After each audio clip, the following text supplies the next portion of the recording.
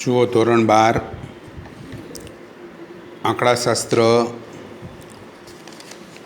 વિદ્યાર્થી મિત્રો, આપણે આંકડાશાસ્ત્રના ભાગ 1ના 3 ચેપ્ટર પૂરા કર્યા. હવે આ ચોથું ચેપ્ટર સામયિક શ્રેણી. આ ચોથા ચેપ્ટરનો પણ એક મોટો દાખલો 5 માર્ક્સમાં, ઉપરાંત નાના દાખલામાં પણ પૂછાય છે 2 કે 3 માર્ક્સમાં. એમ આ પ્રકરણના નાના દાખલા અને મોટા દાખલા એ બંને તૈયાર કરવાના. આગળના આપણે સહસંબંધ જોઈ ગયા. સહસંબંધની અંદર 2 ચલ વિશેની માહિતી હતી. આ બંને ચલ વિશેની માહિતીમાં કે બંને ચલ વચ્ચે કયા પ્રકારનો સંબંધ છે, બંને ચલમાં કેવો ફેરફાર થાય છે, સ્વતંત્ર ચલ અને આધારિત ચલ. બંને ચલમાં એકસાથે વધારો કે ઘટાડો, એટલે બંને ચલ વચ્ચે ધન સહસંબંધ છે કે ઋણ સહસંબંધ. આમ આપણે જોઈ ગયા સહસંબંધના પ્રકરણમાં. સહસંબંધના અભ્યાસની 3 રીતો હતી: વિકર્ણ આકૃતિ કે આલેખની રીત, કાર્લ પિયર્સનના ગુણન પ્રઘાતની રીત અને સ્પીયરમેનના ક્રમાંક સહસંબંધની રીત.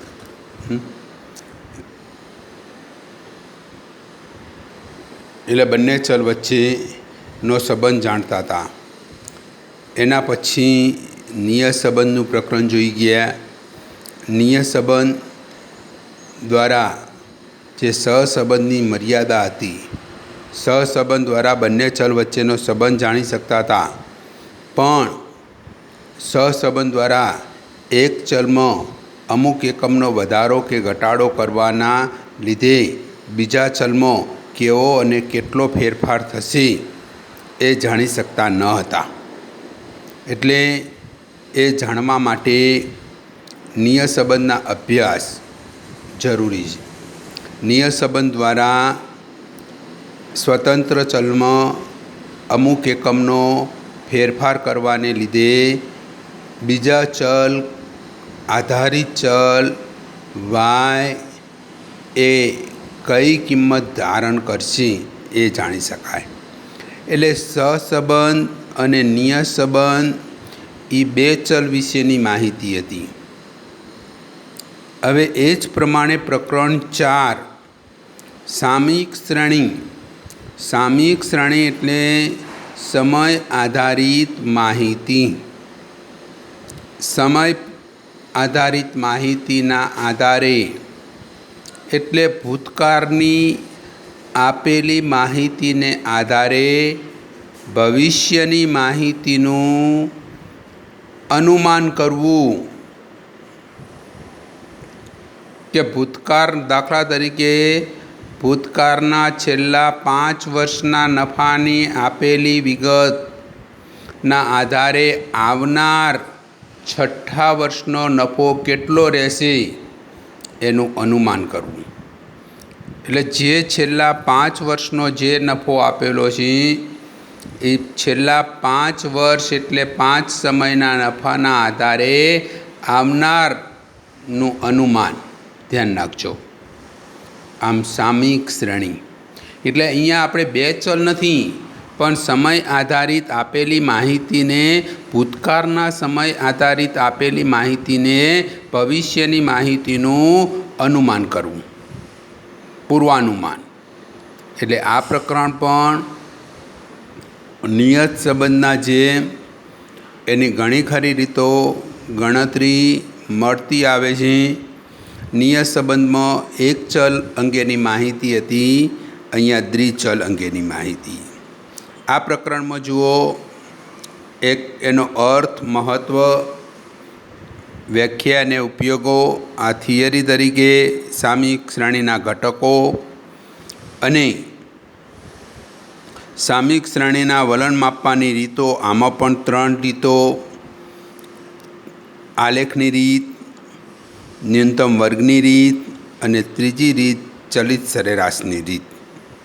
આમ અહીંયા 3 રીતના દાખલા છે. એમાં સૌપ્રથમ સામયિક શ્રેણીના અર્થ ધ્યાન રાખજો. સામયિક શ્રેણી કે આંકડાશાસ્ત્રમાં 2 સંબંધિત ચલોના અભ્યાસની જુદી જુદી રીતે થાય છે. સંબંધિત ચલો પૈકી નિરપેક્ષ ચલ તરીકે સમયને લઈ, નિરપેક્ષ ચલ એટલે સ્વતંત્ર ચલ, સ્વતંત્ર ચલ તરીકે આપણે સમય લઈશું. સમય એટલે જુદા જુદા આપેલ વર્ષ મુજબની માહિતી, કે જુદા જુદા મહિના મુજબની માહિતી, કે જુદા જુદા દિવસો મુજબની માહિતી. આમ વર્ષ, માસ કે દિવસ એને આપણે સમય તરીકે લઈશું.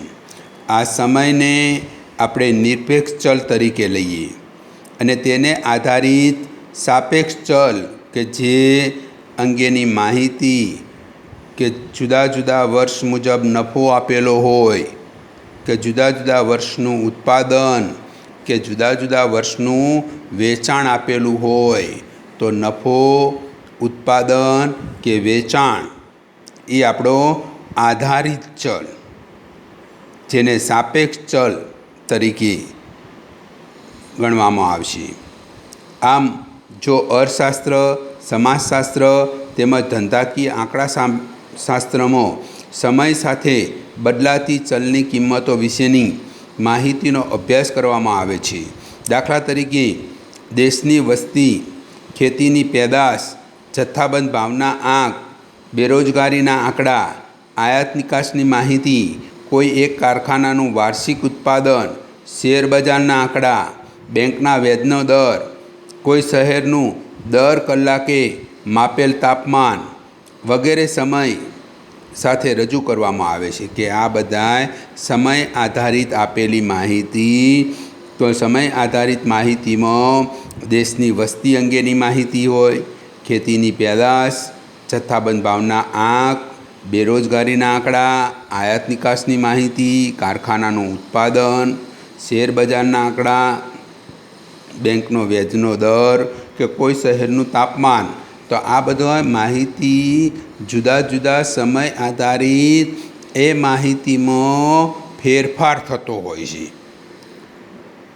તો આ ફેરફાર, તો આ બધી માહિતી સમય આધારિત, સમયને આપણે નિરપેક્ષ ચલ કે સ્વતંત્ર ચલ તરીકે અને એના આધારે જે વિશેની માહિતી આપેલી છે એને આપણે આધારિત ચલ તરીકે, સાપેક્ષ ચલ તરીકે લઈશું.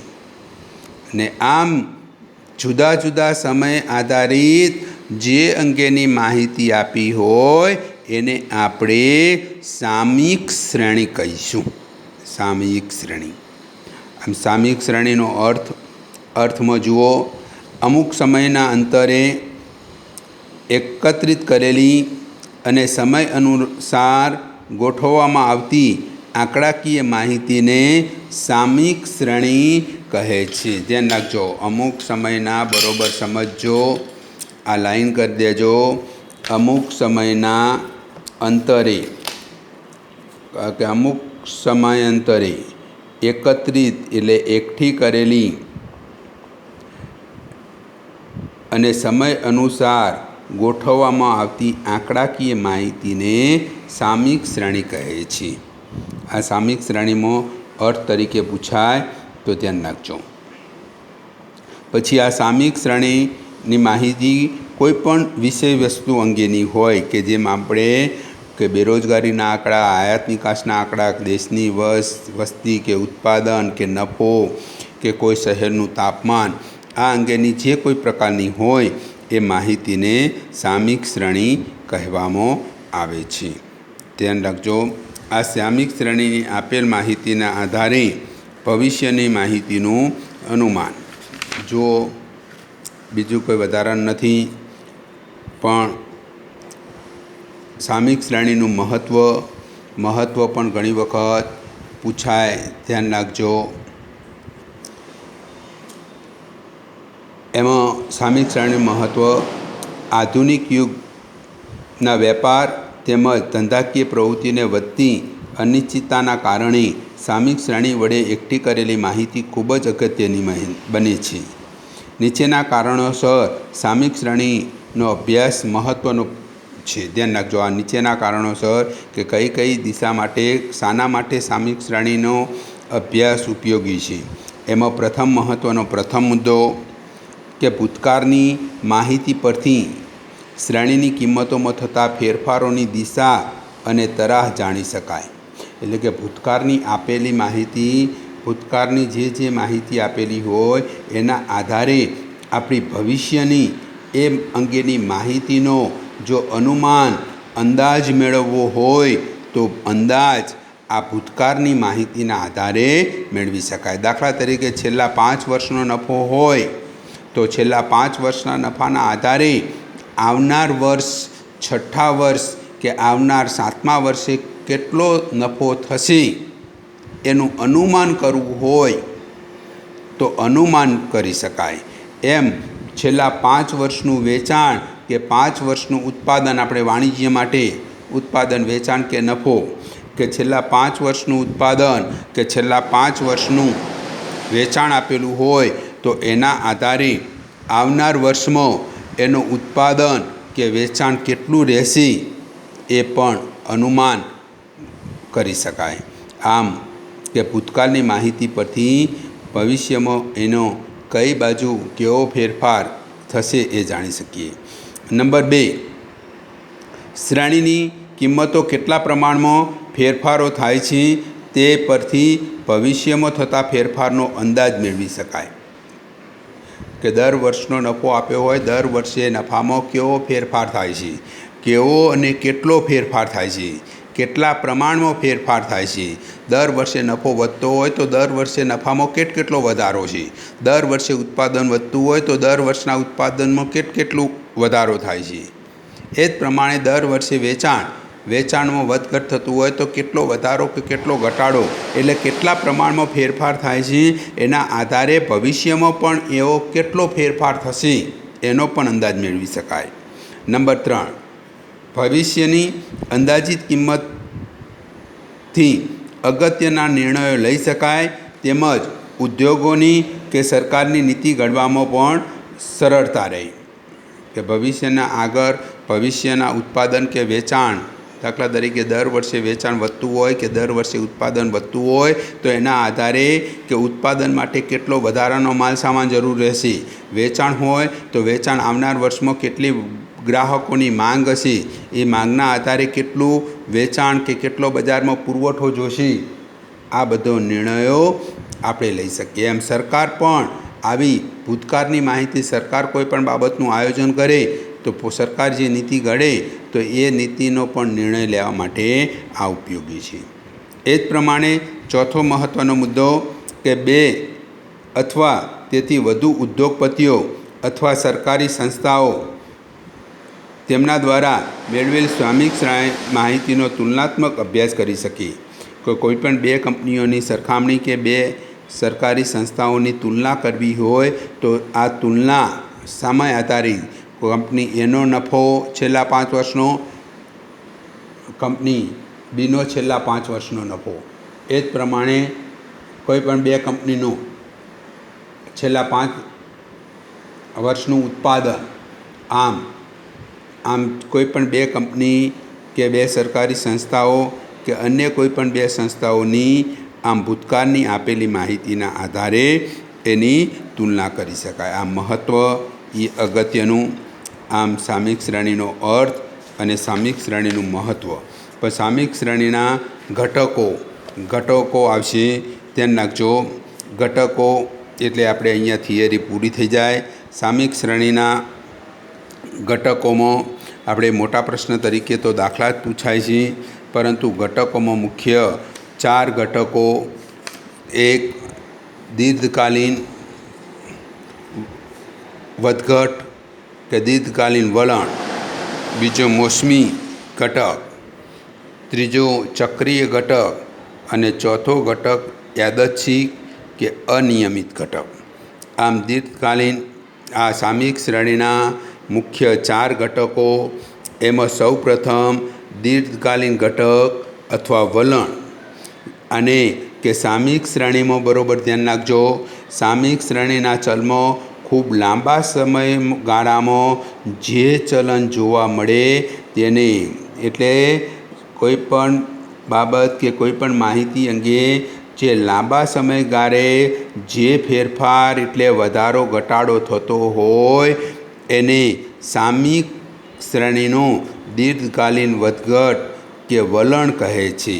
એનો ફેરફારનો સમયગાળો લાંબો સમયગાળો હોય છે. એટલે ધ્યાન રાખજો, દીર્ઘકાલીન વધઘટ બીજા ફકરામાં ખૂબ લાંબા સમયાંતરે સામયિક શ્રેણીના વલણ સ્પષ્ટ થાય છે. લાંબો સમય પૂર્ણત સાપેક્ષ બાબત છે. ખેતીના પેદાશ કે ઔદ્યોગિક ઉત્પાદનમાં વલણ જોવા માટે એટલે દીર્ઘકાલીન વધઘટનો સમયગાળો 10થી 15 વર્ષનો. જ્યારે એમાં કઈ બાબતોનો કે ખેત પેદાશ કે ઔદ્યોગિક ઉત્પાદન માટેનો દીર્ઘકાલીન વધઘટનો સમયગાળો 10થી 15 વર્ષનો.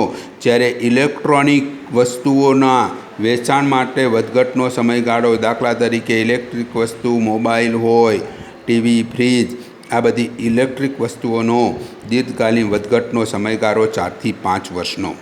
આમ દીર્ઘકાલીન વધઘટ ને વલણ એને વાયટી વડે દર્શાવાય છે.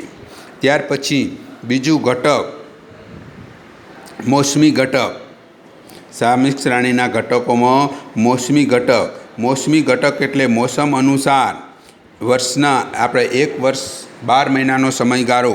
12 મહિના સમયગાળામાં 3 ઋતુઓ આવી જાય: શિયાળો, ઉનાળો અને ચોમાસું. આ 3 ઋતુ પ્રમાણે માંગ, અમુક ચીજ વસ્તુનો માંગ મોસમ આધારિત હોય છે.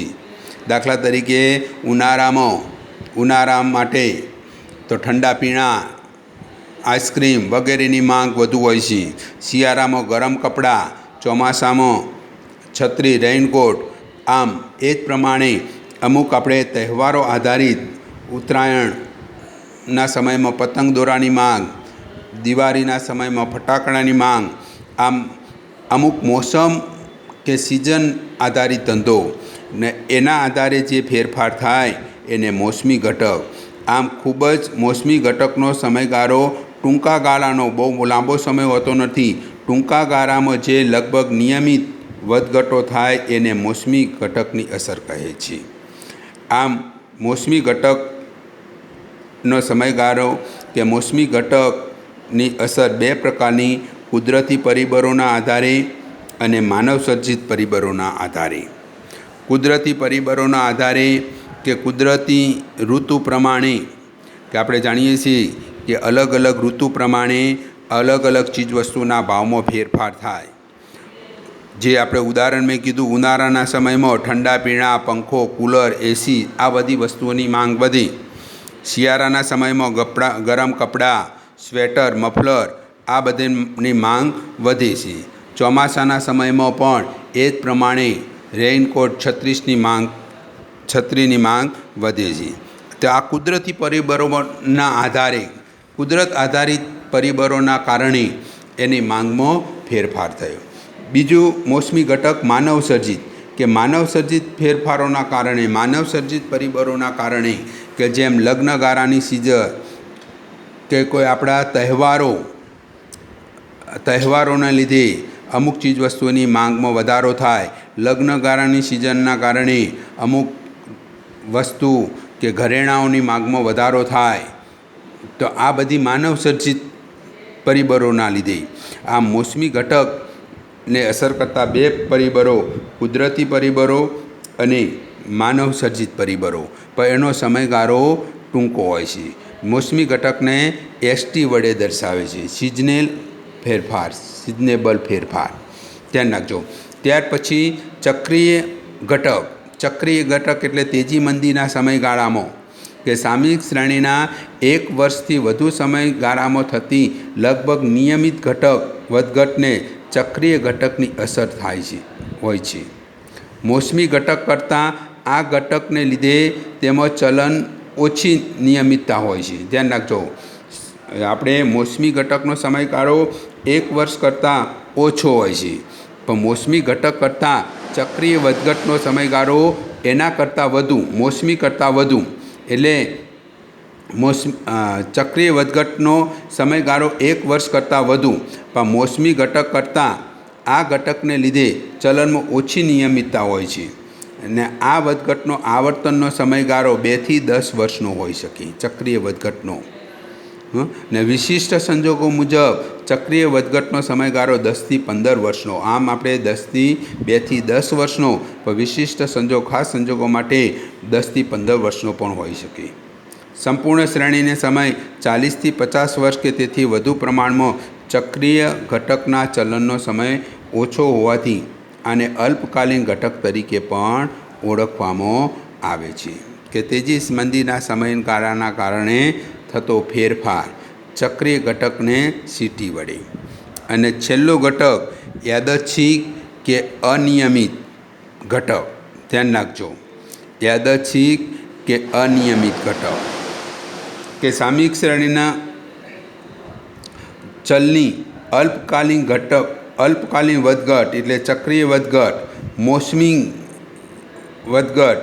આમ મોસમી અને ચક્રીય એવા લગભગ નિયમિત ઘટકો ઉપરાંત અનિયમિત અથવા યાદચ્છિક ઘટકની અસર પણ જોવા મળે છે. કે ચક્રીય વધઘટ અને મોસમી વધઘટ તો હોય જ છે. મોસમી વધઘટ મોસમ આધારિત હોય છે. ચક્રીય વધઘટ કે તેજી મંદીના સમયે આ સિવાયની જે ફેરફાર થવા મળે એને આપણે અનિયમિત કે યાદચ્છિક ઘટકની અસર.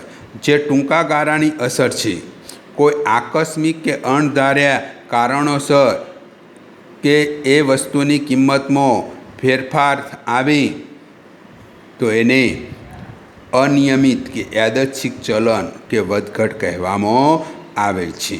ધ્યાન રાખજો.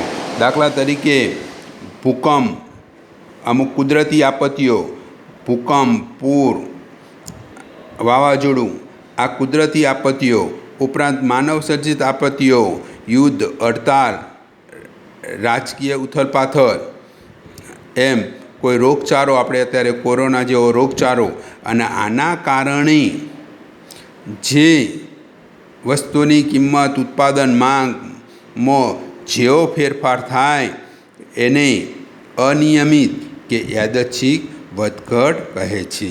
એને આપણે આલટી વડે દર્શાવાય છે.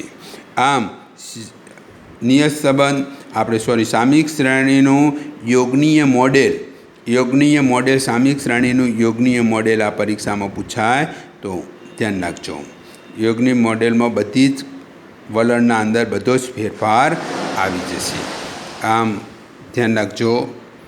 આ હવે આપણે આની થિયરી પૂરી થઈ. હવે આપણે દાખલા શરૂ થશે. સામયિક શ્રેણીના અભ્યાસની 3 રીતો અગાઉ કીધી એના જેમ 3 રીતો. આ 3 રીતોમાં સૌ પ્રથમ આલેખની રીત, બીજી ન્યૂનતમ વર્ગની રીત અને ચલિત સરેરાશની રીત. હવે આપણે આલેખની રીત બીજા ભાગમાં બતાવીશું. સર્વ વિદ્યાર્થી મિત્રોને જય સ્વામિનારાયણ.